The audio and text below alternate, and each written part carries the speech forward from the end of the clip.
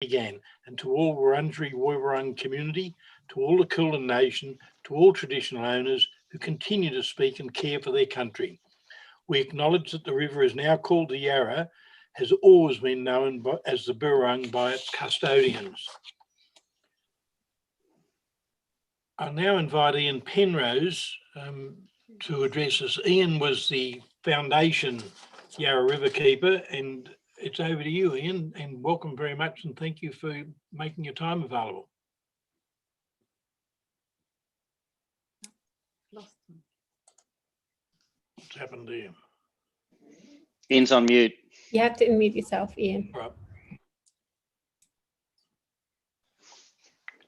Ian. I've unmuted myself now. Can you hear me? Yes. Oh, good. I'm not sure what you can see on the screen because I can't see my images behind me. Can people see what's behind me? Blue. A blue cloth. The blue, yes. I say, we'll just try sharing the screen again. Yeah. It was there before, but I'm not quite sure what's happened to it now. I sympathise. I had some problems coming online myself. Okay. Okay, can you see the Yarra behind me now? Yes, it's all good. Okay, excellent, excellent. Thanks, Quinn. Oh, no, it's gone again. We can see it. It's on the big. Okay, oh, it's just not on my screen, so I think the NBN's having trouble. Fine. Look, thank you so much for inviting me to say a few words. For those who know me, I don't hesitate to say yes and have a say. Look, as Yrka said, I was the first riverkeeper, and I held the role for 9 years, and it was the best job I've ever had. And it was particularly good because I'd spent the previous 30 years working for an international oil and coal company. So you're most welcome to boo at me right now. But my 9 years were fantastic, and I had great fun until I handed it over to the excellent Andrew Kelly back in 2014. Thank you, Ian. May I just interrupt you briefly to say people are saying in the chat screen that they're not getting your images, and I'm just wondering how crucial you feel your images are. Fairly important because you don't want to look at my awful face all the time. They were there a moment ago, and I didn't touch anything before they went off. I'll just try and load them up again.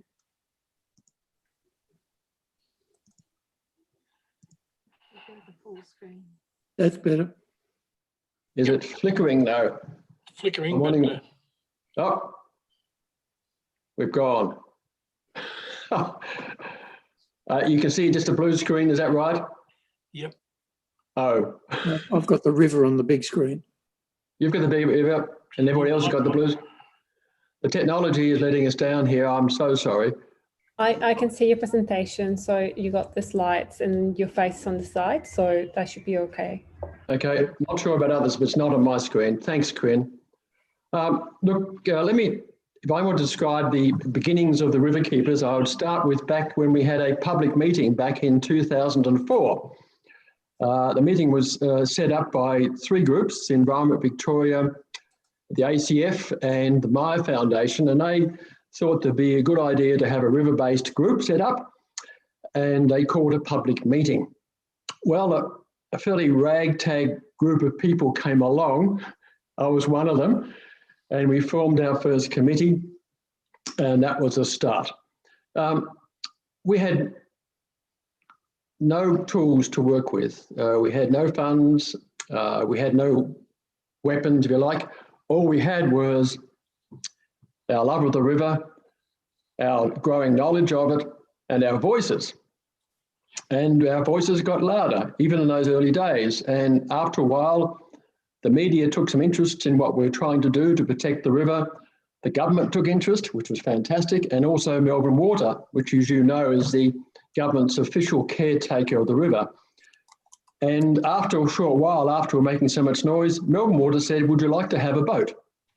And we did, and we didn't take long to say, yes, we'll have a boat. Now, see if I can get this image up.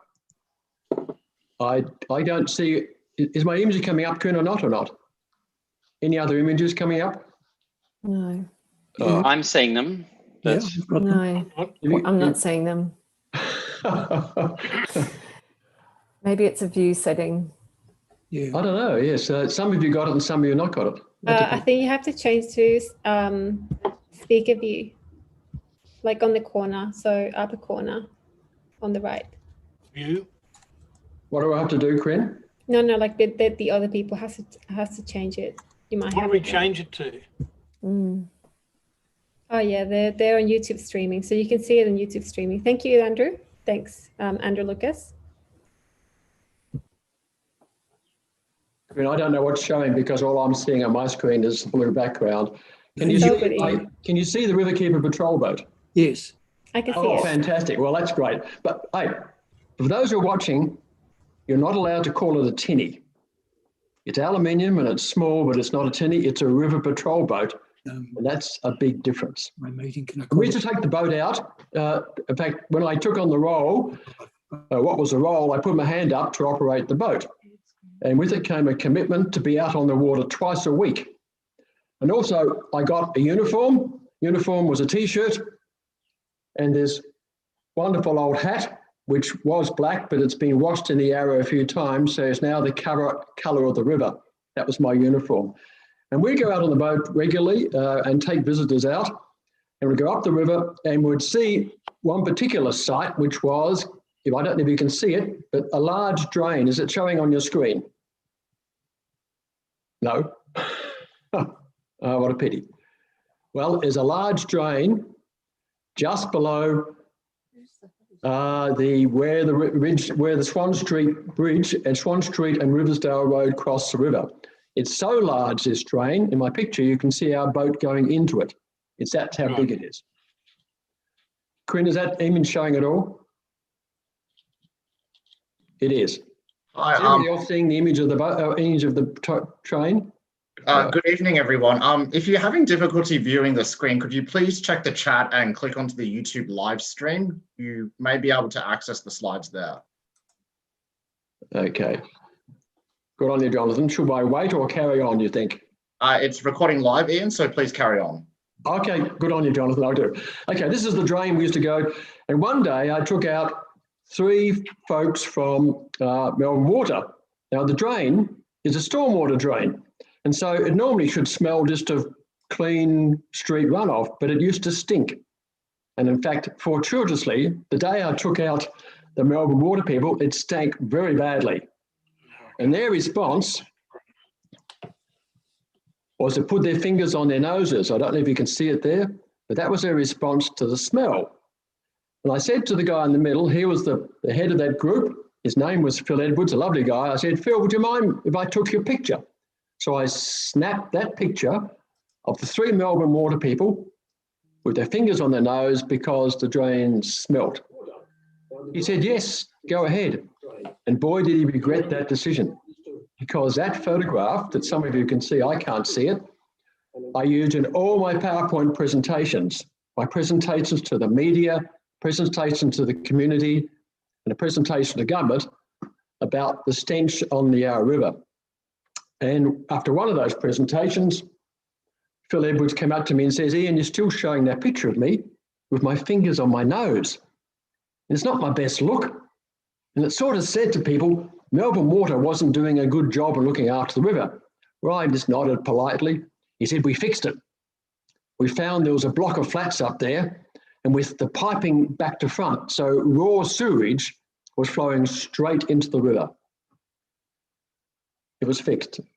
I guess the message, the moral of the story is there's nothing quite like having a little patrol boat and a pocket camera to help you with the river.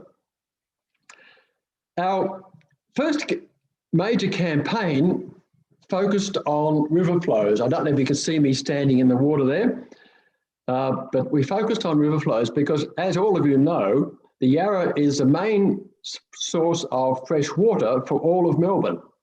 Now, as a consequence of the water being extracted, the river level is lower, and also the variability of levels is changed. So it makes it all much more level. And that variability of up and down is really important to the ecology of the river. It triggers fish migration, it triggers spawning, it's important to cleaning off the rocks when there's a change of flow, and it helps some of the semi-aquatic plants. Melbourne Water commissioned a study on the flows, and we participated actively in that study back in 2004. And the study recommended the river needed to have some artificial environmental flows released, flows that would duplicate the old ups and downs that happen naturally. And we then spent the next 6 years lobbying the government to implement the recommendations of the study. We delivered talks to anybody who'd listen. We gave hundreds of talks about how important the river was and how important it was to have environmental flows. We gave talks to the media. We participated in lots of media interviews, newspapers, TVs, radios, to try and convince the government to implement this important recommendation to provide environmental flows. And we even, I don't know if you can see this, and it means we even lobbied the politicians directly, both in their offices and in protests. We had protests outside Richard Wynn's office. We had protests outside Bronwyn Pike's office. And look, it was fun. I don't know if you've been at protests, but it's often fun, a lot of camaraderie. And we even had a protest on the river. I don't know if you can see it, but there's an image there of kayakers on the river. We gathered together 100 kayakers, and they had two qualities. They had to be colourful and noisy. And our protest captured the 7 o'clock or the evening news on all the 4 stations. So it was fantastic. And eventually the government said, okay, we'll provide the environmental flows. They got bipartisan support. And in 2011, the first environmental flows program was released. It was a great outcome for the river, and we felt pleased to have triggered that outcome. That's all I want to say about what we did in the beginnings. If you have 9 years in a role, there are quite a few stories I could share, but 10 minutes on Zoom is about the limit of anybody's tolerance. But I want to reflect back on the early years of the Yara, Riverkeepers Association. And I have 2 messages. One is this: getting the community on side is really important, but it's also getting the government to improve, because the government is the group that organises the flows down the river. It's the government that sets the planning rules for encroaching development, and it's the government that sets the standards for water quality. So how does the government influence? It's influenced by the community saying, we care about the river and we want you, the government, to improve the regulations. So I would suggest we continue as we did in early days, that when we engage with the community, we want the engagement to do 2 things. We want the community to behave better, use less water, not drop litter, and so forth. But we also want them to speak up and convince and yell at the government saying, please, government, improve the regulations governing the river. I have one more message, and it's the power of storytelling. There are stories about the wonderful history of the river, some of the early characters. There are wonderful stories about the scenery and the wildlife. There's even stories about the success of our riverkeepers. Please continue to tell those stories. They are so valuable to the work we do. And secondly, the power of personal experience. When someone says to me, ask the question, Ian, what's the single most important thing I can do to help the river? I say to them, go down to the river, sit on its bank quietly, and enjoy this wonderful and precious piece of nature, because people protect what they love. Thank you. I can hear the crowd yelling. Absolutely. Ian, thank you. I want to observe that it's so wonderful. When I just read your annual report, it's a magnificent document. Quinn, thank you for putting that together with all the other people. It's wonderful to see how mature this organisation is after such humble and modest beginnings. An organisation that clearly has an experienced board, very skilled staff, and such a wonderful collection of volunteers and supporters. So for me, it's wonderful to see that maturity of the organisation. Thanks, Ian. Thank you, Ian. Thank you. Ian, thank you very much for that. Thank you. It gives a wonderful backdrop to where we are at the moment. I'll now invite our riverkeeper, Andrew Kelly, to introduce our guest speaker, John Gollings. Andrew, would you please? Thanks, Warwick. Yes, so I'm privileged to introduce John, who's going to give us a talk about the Yarra River and the photos that he took from a light aircraft that flew over the river. And John is Australia's foremost architectural and landscape photographer. Probably by way of introduction, I don't need to say much more than that. He has an excellent entry in Wikipedia, which I would recommend you go and have a look. But what isn't in that Wikipedia entry is his passion for the Yarra River. I spoke to him yesterday and he said that London has its Thames, Paris has the Seine, and Melbourne has the Yarra. But the Yarra means more to Melbourne. It defines where you are in Melbourne, north, south, east or west of the Yarra is the way we work out where we are. So I did want to mention how the project came about, and we need to thank Morty Palmer, who's an ex-board member, and Christopher Barnford, our previous president, was over for a cup of tea, and John happened to drop in, and Morty put to him the proposal that he take some aerial shots. John's very experienced at aerial photography of the Yarra River so that we could use those in lobbying for the Yarra River. And John instantaneously agreed. So it is my pleasure to introduce John, and please take it away, John. Thank you. Thank you. I gather you're going to run the pictures for me, or someone is? Yes, Christy will. Christy is doing it now, so don't worry. Great. It's I'd also like to acknowledge the traditional owners. I've spent quite a few years documenting Aboriginal rock art in the north of Australia, but the Yarra River has I have a particular love for it. It's okay. Here we go now.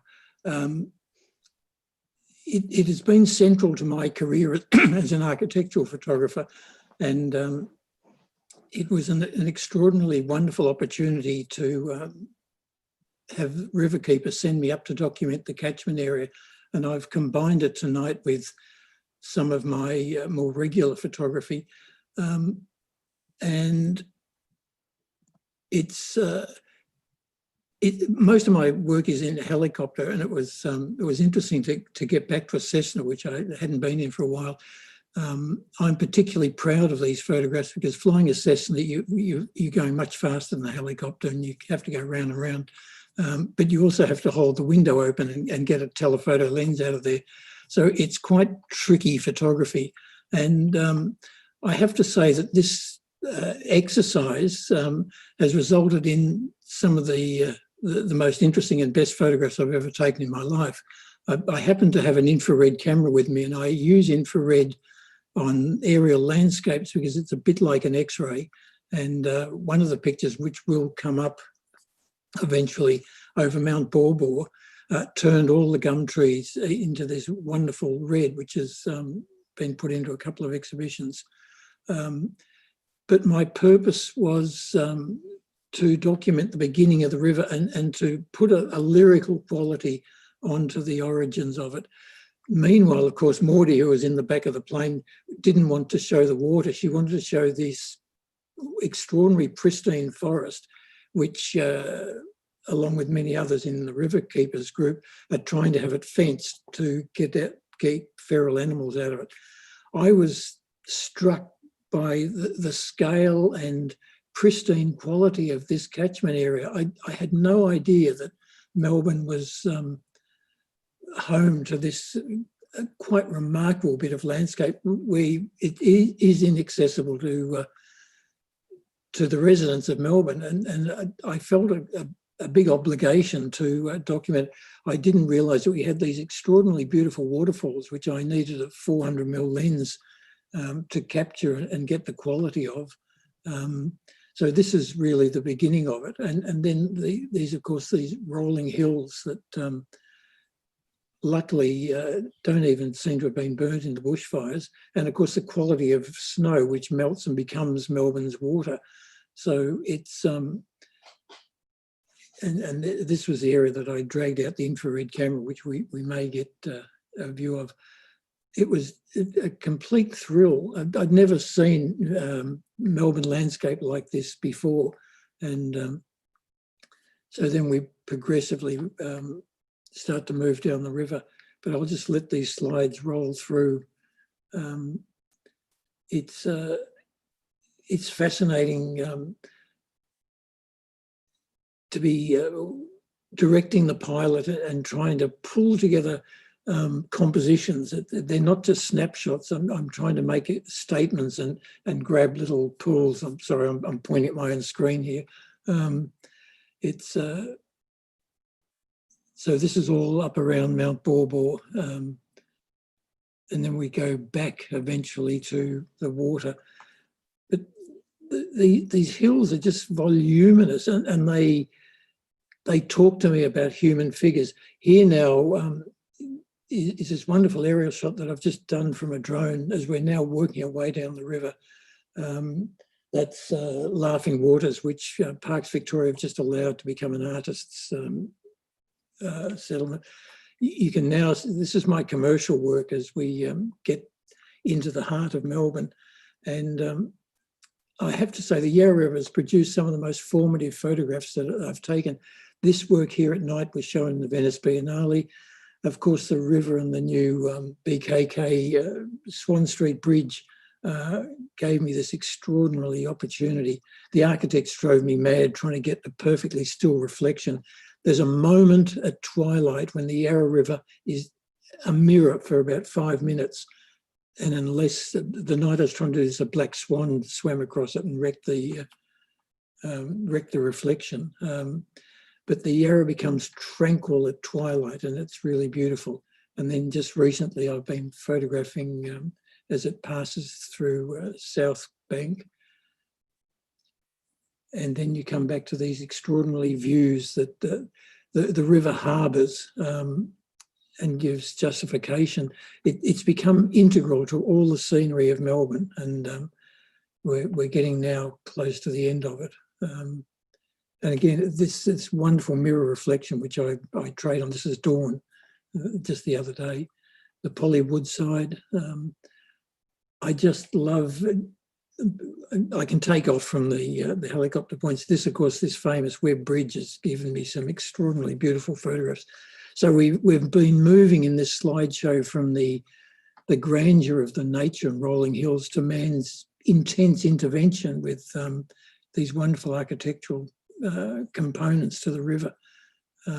So it embodies everything to me. It's nature, it's construction, and now finally, of course, it flows into Port Phillip Bay and the development of the docklands.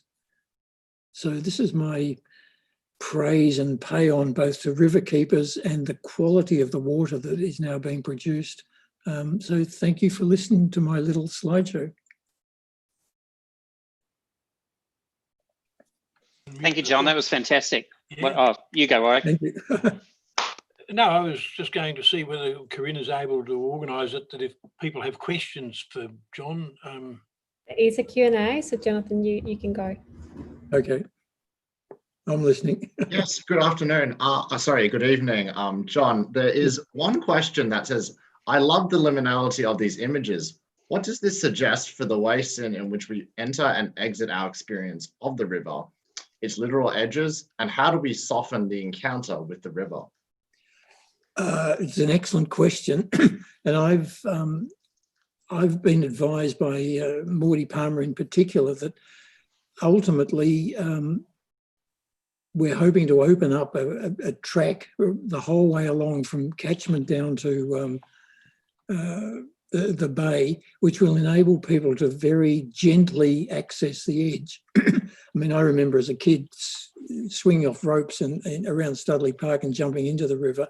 I've ridden my bike along the accessible bike tracks. I just think it would be fantastic to have a very carefully and gently developed, I can't say a boardwalk, but certainly a walking track that will enable people to fully explore the whole length of the river.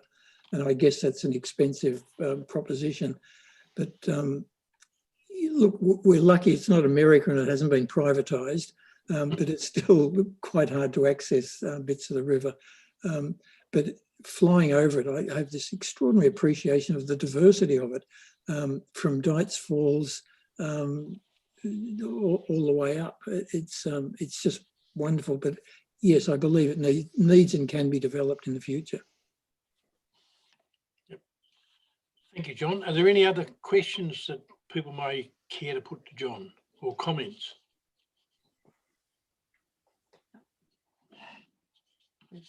Nope. Okay. All right, John, thank you very much. That was Thank you. just stunning photography, stunning. And the story that went with it is just makes you feel very, very small in the grand scheme of this, the great things that we're again, I looking have at to here. thank Riverkeepers.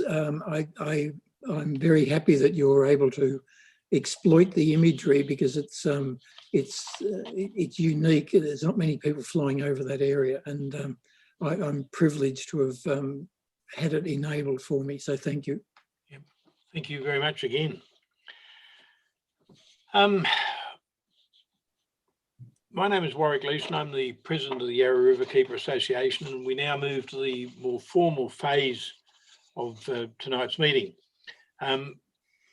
Do we have any apologies at all, please, Sally? Or have I thrown you a curveball? You have thrown me a curveball.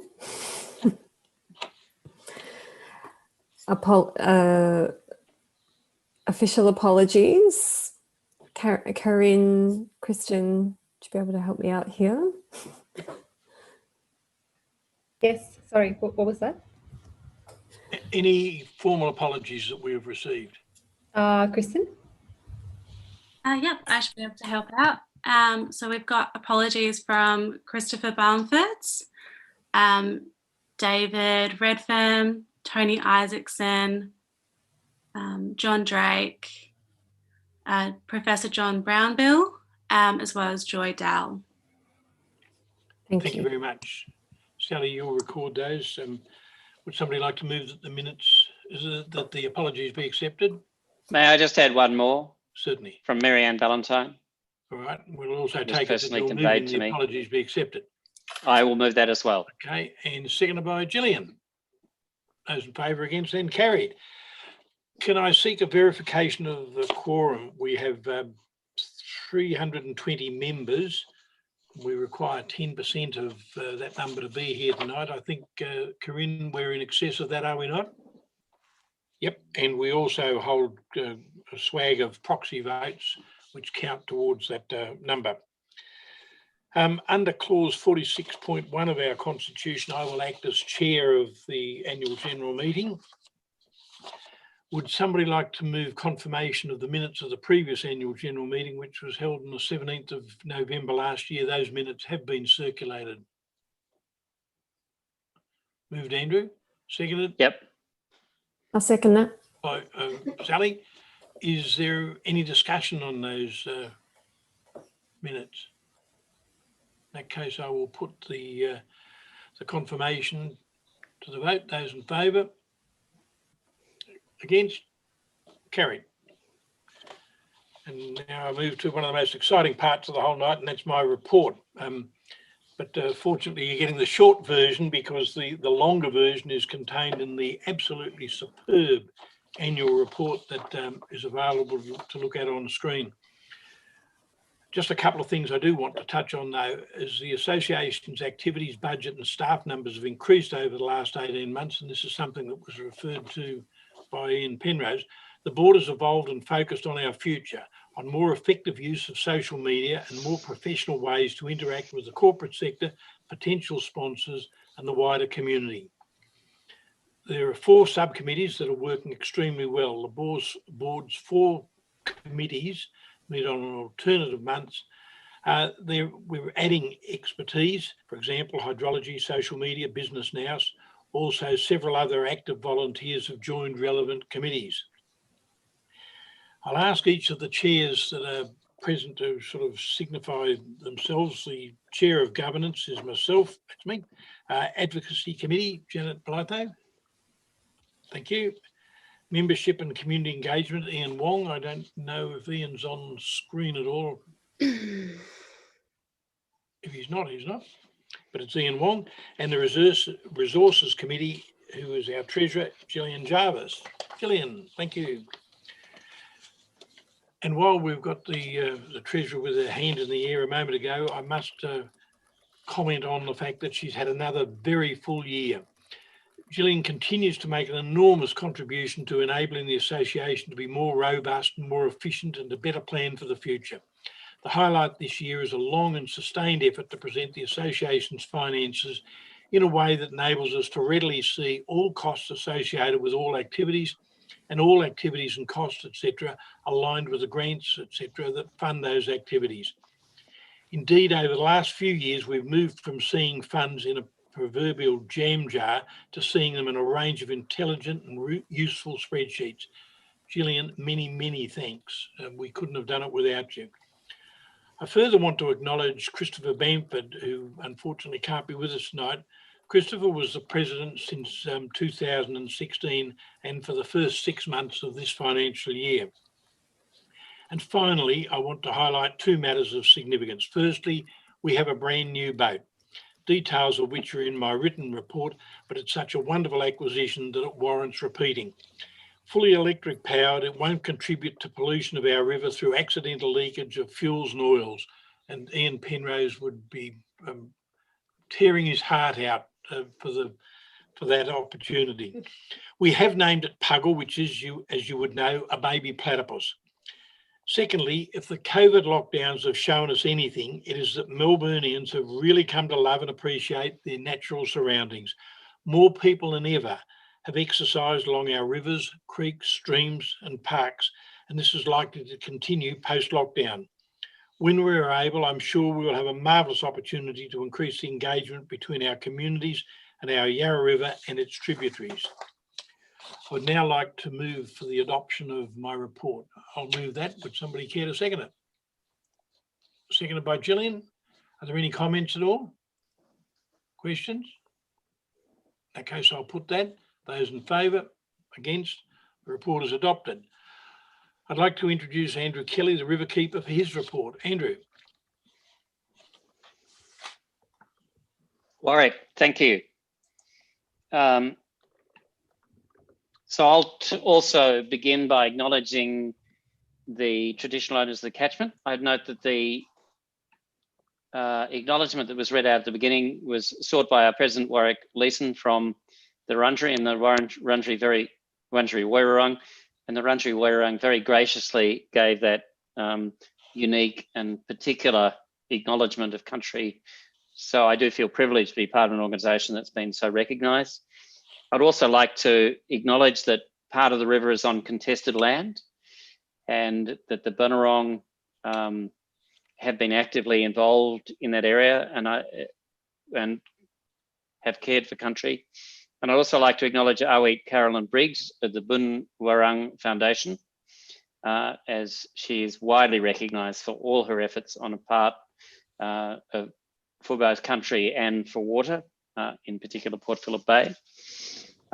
So my river, we are at a bit of a nexus here. It is a time of change for the riverkeepers. And my report this year, I will focus on the future, on where we're going with our strategy, because our activities are very adequately covered in the annual report, but our strategy is still forthcoming. So we're looking forward to consolidating over the last few months of this year, and we will then be delivering our strategy. And then following that, we will deliver implementation and monitoring component of that strategy. So it'll be in two parts. So the strategy begins by setting out an overarching value of the association of stewardship or place-based advocacy. Stewardship is, of course, about looking after something that has been entrusted to your care. Actually, I might just share my screen so I'm not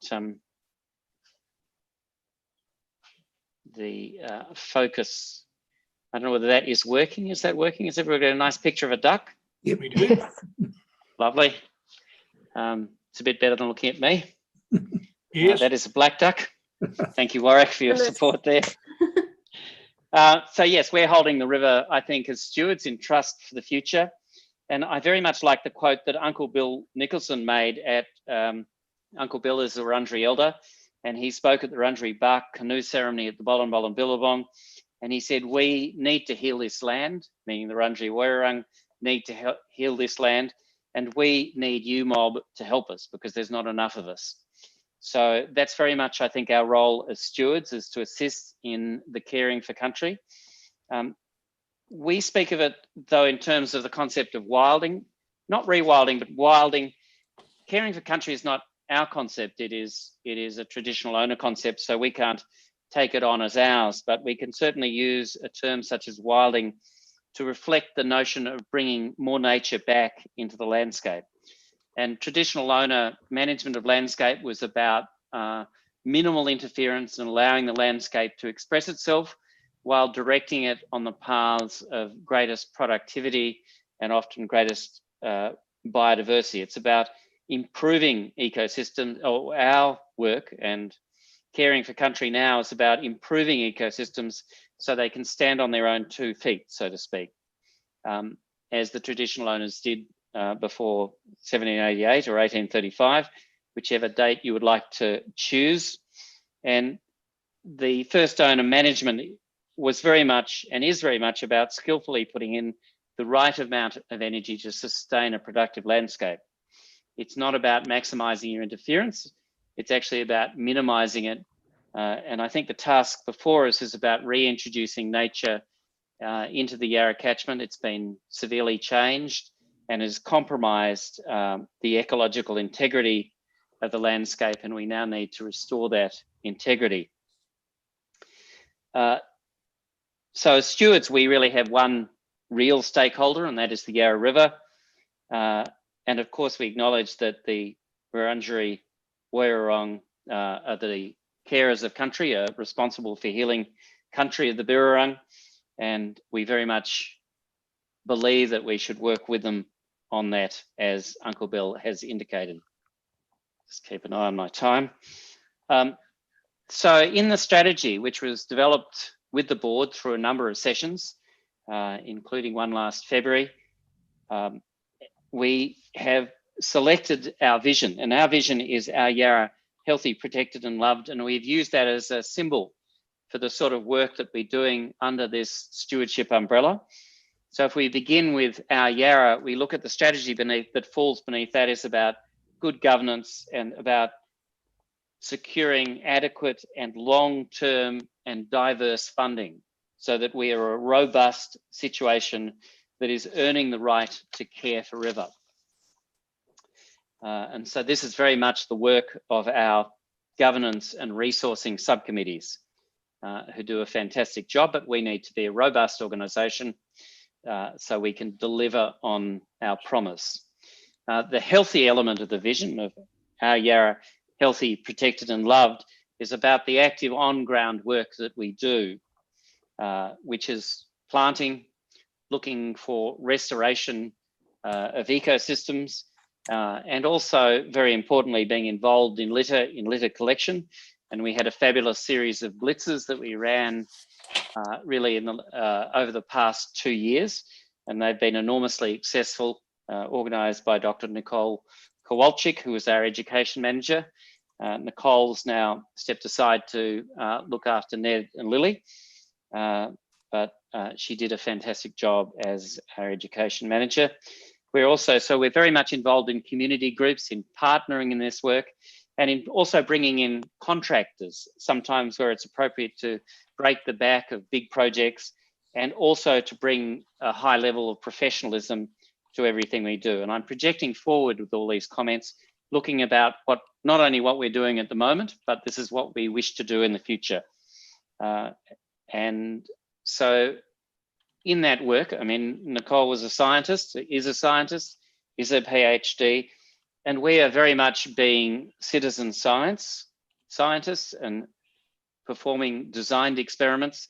So the work we do is intended to deliver outcomes. It's not just about, say, picking up litter, it's about understanding what the problem is scientifically, to collect data that we can present to government for regulation change, for legislative change. And that is a crucial difference, I think, in the way we think about our work, is that we think about the data that comes out of it. Protected, the element of our vision, protected, healthy and loved, is about advocacy work, about our advocacy work, which Ian referred to in his talk.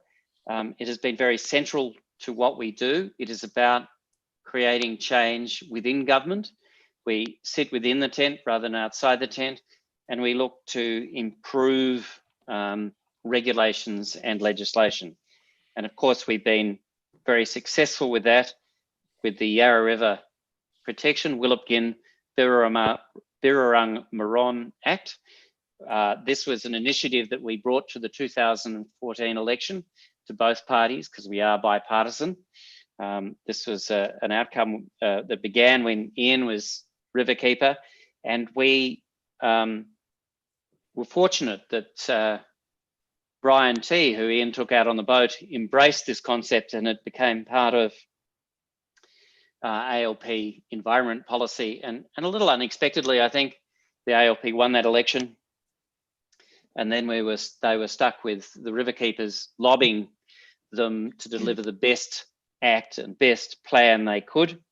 The act, in fact, is not, well, it's not only a bicultural act with title, as I indicated a moment ago in my poorly pronounced Wirrarung, is a bicultural in its title, bicultural in its preamble, and it is about bringing traditional owners into river management as sovereign partners.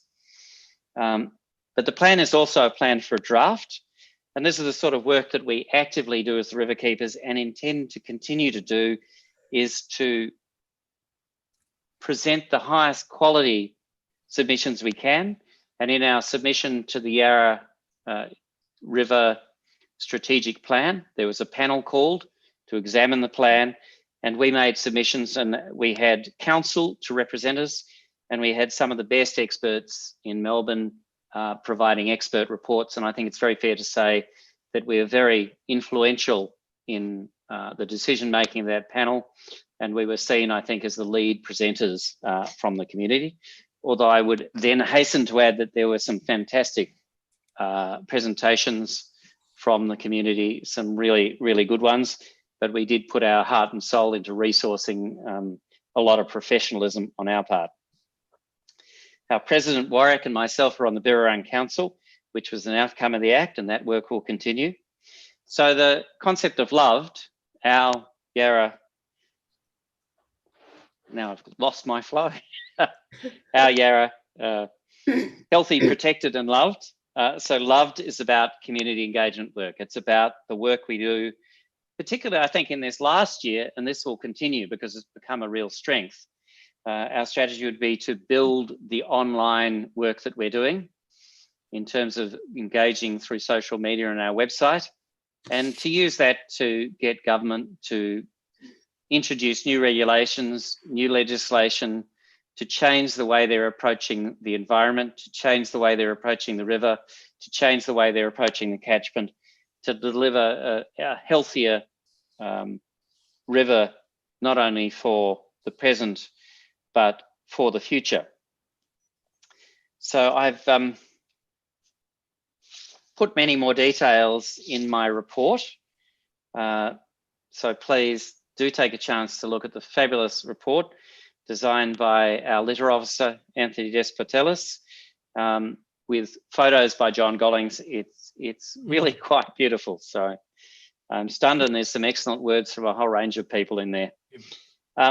I would like to take this opportunity to thank Christopher Bamford, who was president, as Warwick pointed out, till January this year, and from 2016. He joined the association in 2015. He was also brought to us by Maudie Palmer. It was a boat trip that he joined that we were running with Maudie. She was doing a film on the river, and I twisted his arm to join the board, and then I further twisted his arm to become president, and he gracefully agreed. I suspect he's quite relieved now that he's handballed it all to Warwick, and he's sitting up in Healesville having a glass of red wine in front of the fire, I suspect. But it was an exciting period that Christopher was president. We saw the passing of the Yarra Protection Act, Willupgin Birrarung Moron, And we also saw the introduction of the Yara river planning controls. So we really pushed for an expanded view of what that Yara Act might be. And I do appreciate always his sage advice that he's given me as riverkeeper, and I'm thrilled to call him a friend as well. So that's pretty much my report. The strategy is really structured around our vision, and we will continue with our vision. We will refine our particular place in the constellation environment movement. We need a unique voice, and we have a unique voice, and we are responsible for change, and we will be responsible for change. So thanks very much. Oh, I have one last thing. Sorry, if I may, I forgot the most important thing, which is I'm standing down as CEO tonight. This is my last appearance as CEO, but I'm not stepping down as riverkeeper. I'm going to hang on to the title because I think it's just a fabulous job. As Ian said, it's the best job in the world. But I'm handing over the CEO role to Corinne Humasia Traeger, who we've all met on screen. And so Corinne will be CEO from now on. So that's an exciting development. And I am looking forward to working with Corinne to take even bigger strides for the Yarra Riverkeeper Association. And perhaps even more importantly for the river, because that's what we're here for. Thanks very much. Thanks, Andrew, thank you very much. And I presume in your closing that you are in fact moving that the Riverkeepers 2020 report be accepted. Can I do that, Warwick? I would have thought that would have been a conflict of interest, but if you wish me to, not I will move that my own report be accepted. Yep, and that can be seconded by Gillian. All right, are there any questions? Any comments? Okay, so I shall put that to the vote. Those in favour, against, and carried. Our new CEO, I wonder whether, Corinne, you'd just like to have a very quick introduction of yourself and just say a few words. Thank you. Well, I'm originally from Chile, but I've been in Melbourne for 4.5 years, and I have experienced the river through running. So I have been running along the river for a long time, and I have been exposed to the nature and all the wonders that Ian has shared with us. I have seen them through running, and that's how I fell in love with the river. I have also, thanks, Kristen. I have also been running litter cleanup projects just because I love picking up rubbish, and I just hated to go into the river. So I've been doing that for 2.5 years, and that's how I got involved with the Yara Riverkeepers through volunteering, collaborating with their events, and so sharing the love for the Yara. It's been a really great experience for me, even when I'm coming from a different country. Chile is full of rivers. It's a country full of glaciers and mountains, and I can really feel that connection with the waterways as well. Now I'm more of a reporter from what's been happening in the last few months.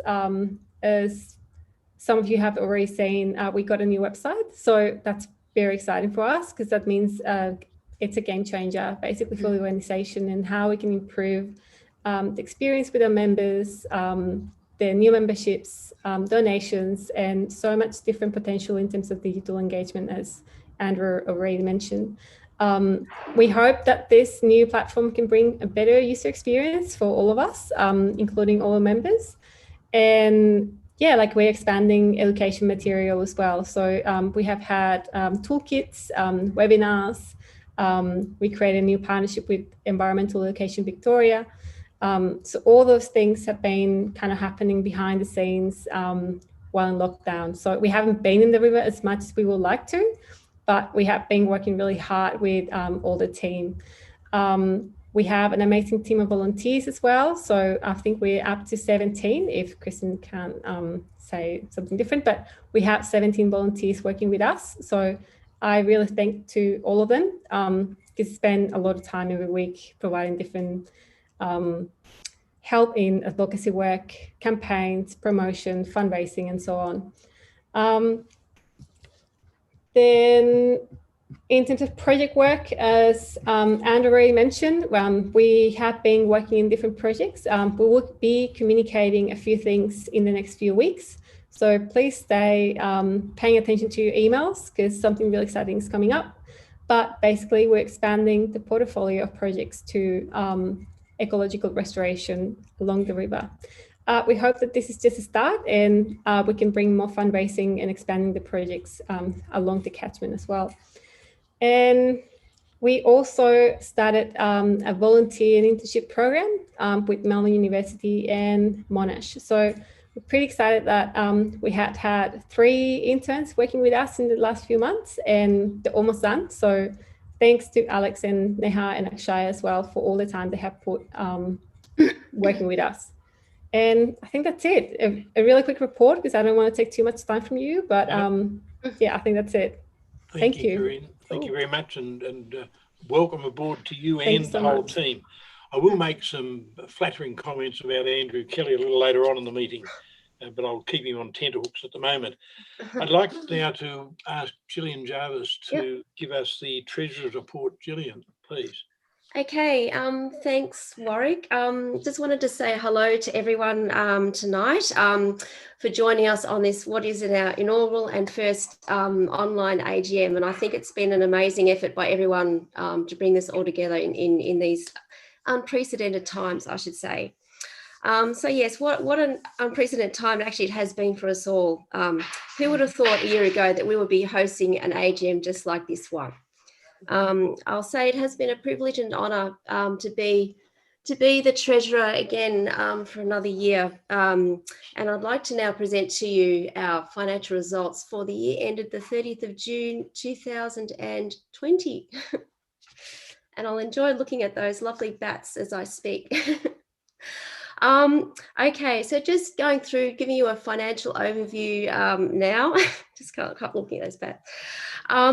So 2020 has been a year like no other. COVID has presented many challenges to us all in this last 8 months or so.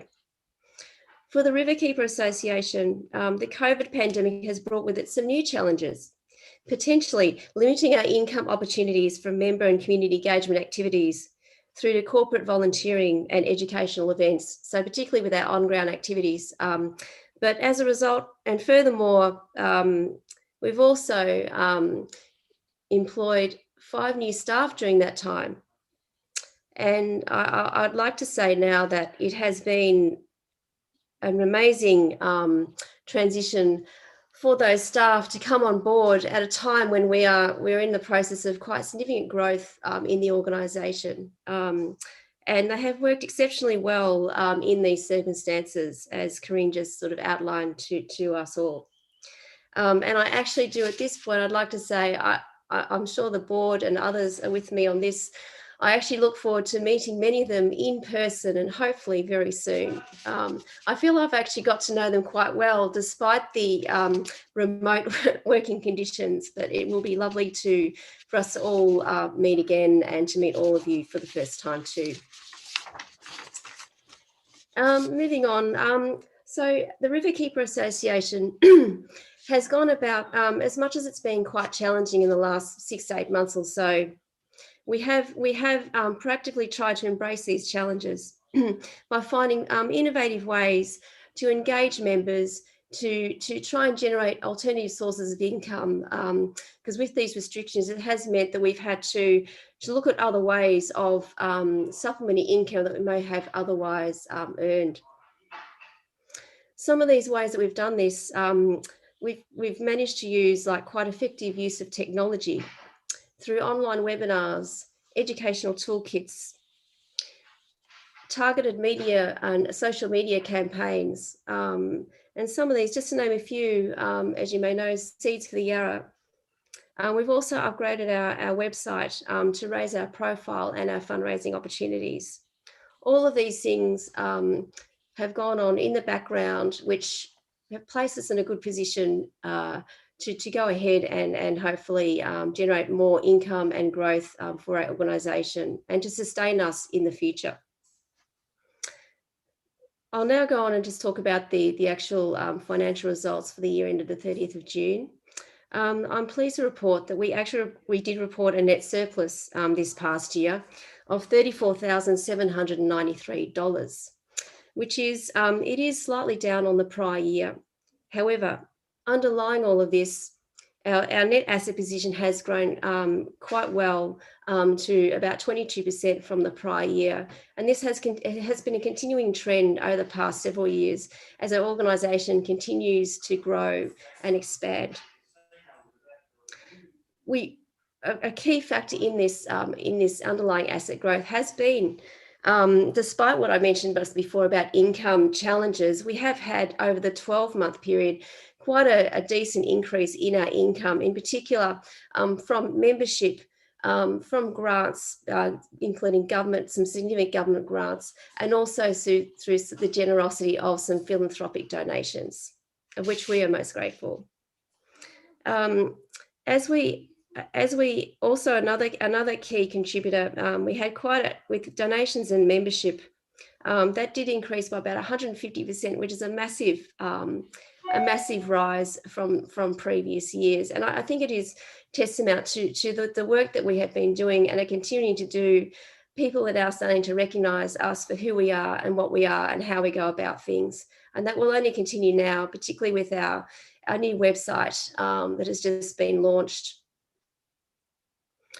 Going forward, a key strategy for us will be to continuously and proactively diversify our funding base. We have traditionally been quite reliant on government funding and other tied funding sources, and that will continue for a period of time, but we are progressively moving towards a more diversified funding base where we are actually getting a progressively larger amount of our income from untied funding sources, and in particular donations and philanthropic income. And also prior to the COVID-19 coming into being, we were getting also quite a big income generated from our corporate volunteering as well. And we hope that we'll be able to resume that once the restrictions do ease. And with this strategy, it will also mean that we will develop further financial resilience going forward. So if we do need to embark on any additional activities that are outside our funding, our tied funding base, we'll be in a better position to be able to do this as well. In 2020, we were also successful recipients of some sizable government grants. In particular, we received a $500,000 grant from the federal government, which is from the Environmental Restoration Fund. And this was supplemented also by a further $50,000 from the Community Environmental Program from the federal government as well. So these are quite significant grants for us. And they will enable us to, as we have already commenced, embarking on some very significant work in relation to environmental restoration and stewardship, as Andrew had mentioned in his talk as well. So these are quite pivotal projects for us, and they've enabled us also to recruit some additional staff specialised in these areas so that we can carry on this work, which will hopefully have a long-lasting impact on our Yara and surrounds. Also, during the year, we did receive a further 2 new grants. One of these was another grant from the Port Phillip Bay Fund, which is a $50,000 grant to undertake some more work on polystyrene, of which we've already done a considerable amount under some previous grants that where we through Dr. Nikki and others have done considerable work. And a further grant that we received was from the City of Boroondara, which is a triennial grant totaling $45,000, of which we'll receive $15,000 for the next 3 years.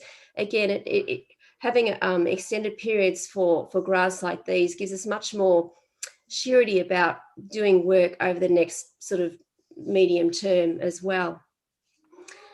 So following on, we also we have been quite active in continuing our work to improve our operational processes internally as well. So I think this time last year, we we had implemented some sort of improved processes around accounting and reporting. And I can now say that we've gone another step, and we've engaged a bookkeeper to greatly assist us with all of our financial work.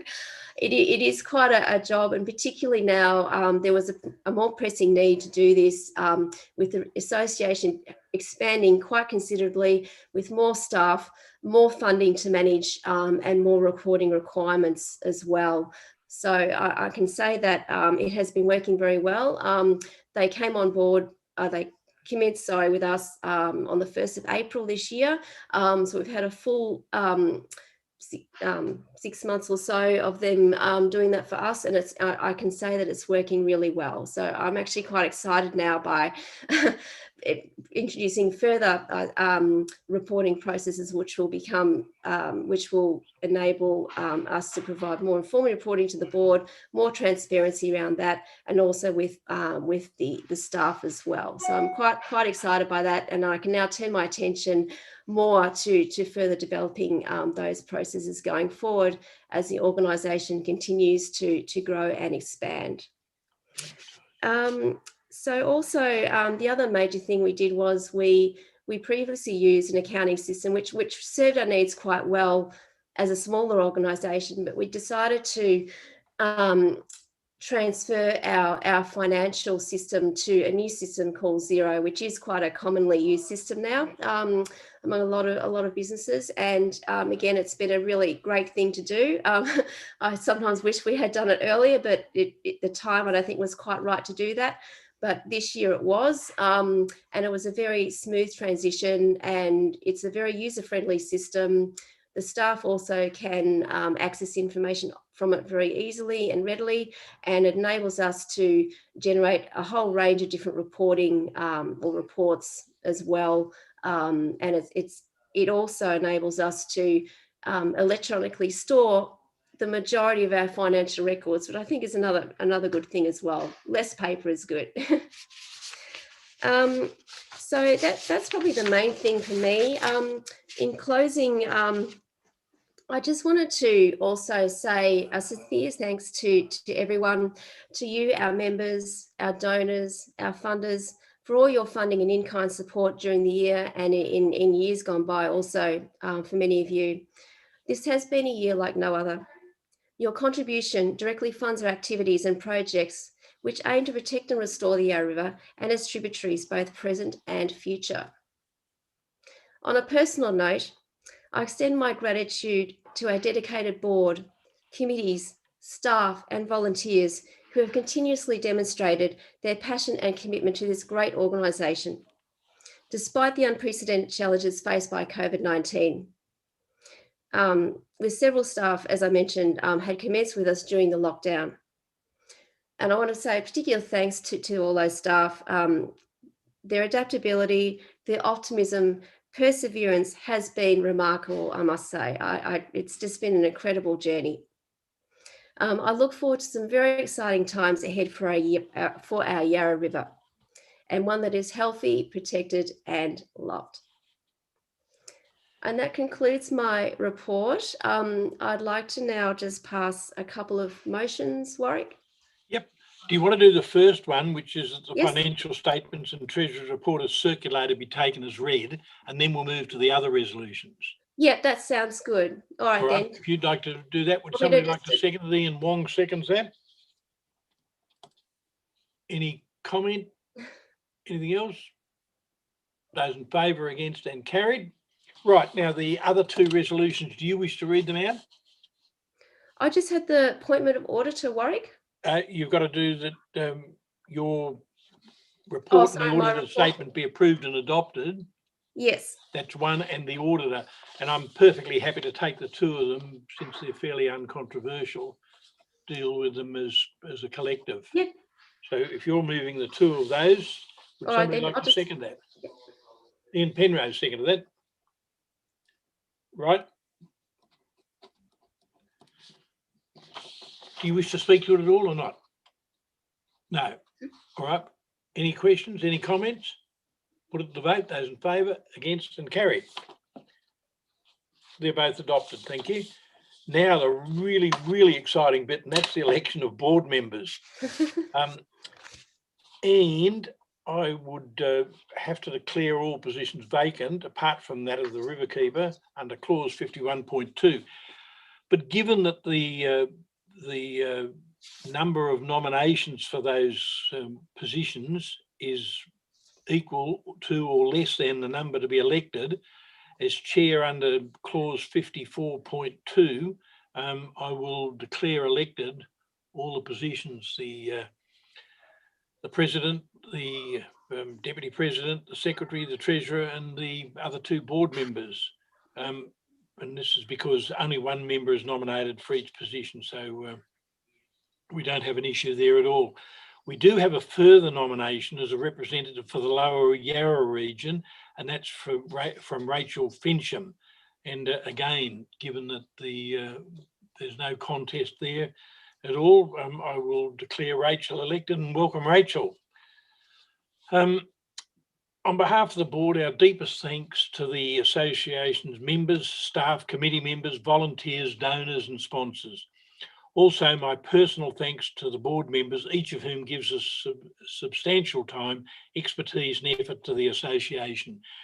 Their contribution is crucial to the association as it moves steadily towards its post-founder stage to become more robust, more substantial and more active. I mean, the number of people that we have as members now is testament to that. Ian Penrose, again, thank you very much. Firstly, for your leadership in kicking this can down the road in the first place, and secondly, in your ongoing and patriotic commitment to it. Thank you to John Gollings. I'm not sure if John's still on screen, is he? He's not on my screen. Is he still there at all? He's disappeared. All right, no, it appears he's gone. Thank you, John. The photography was just spectacular, absolutely spectacular. And one last thank you, and that is to both congratulations and thank you to the riverkeeper Andrew Kelly for your dedicated efforts on behalf of the river and its association. Andrew, thank you so much. Your strong advocacy is quite inspirational and very, very effective. So thank you. To the people who have been watching, thank you for all attending and for your ongoing support. We really cannot wait for the opportunity to be able to actually press the flesh again. And hopefully come this weekend, we'll get a positive announcement knowing when that might be. So again, thank you to all the board members. The one thing that in favour of a Zoom type annual general meeting is it actually saves the association money, because under normal circumstances, guest speakers would get either a bunch of flowers or a bottle of wine. And I'm sorry, guys, but this time you miss out entirely. I will send you an e-card thanking you. So on that basis, thank you very much. And I have pleasure in declaring the meeting closed. Thank you. Thanks, Warwick. Thanks. Thank you.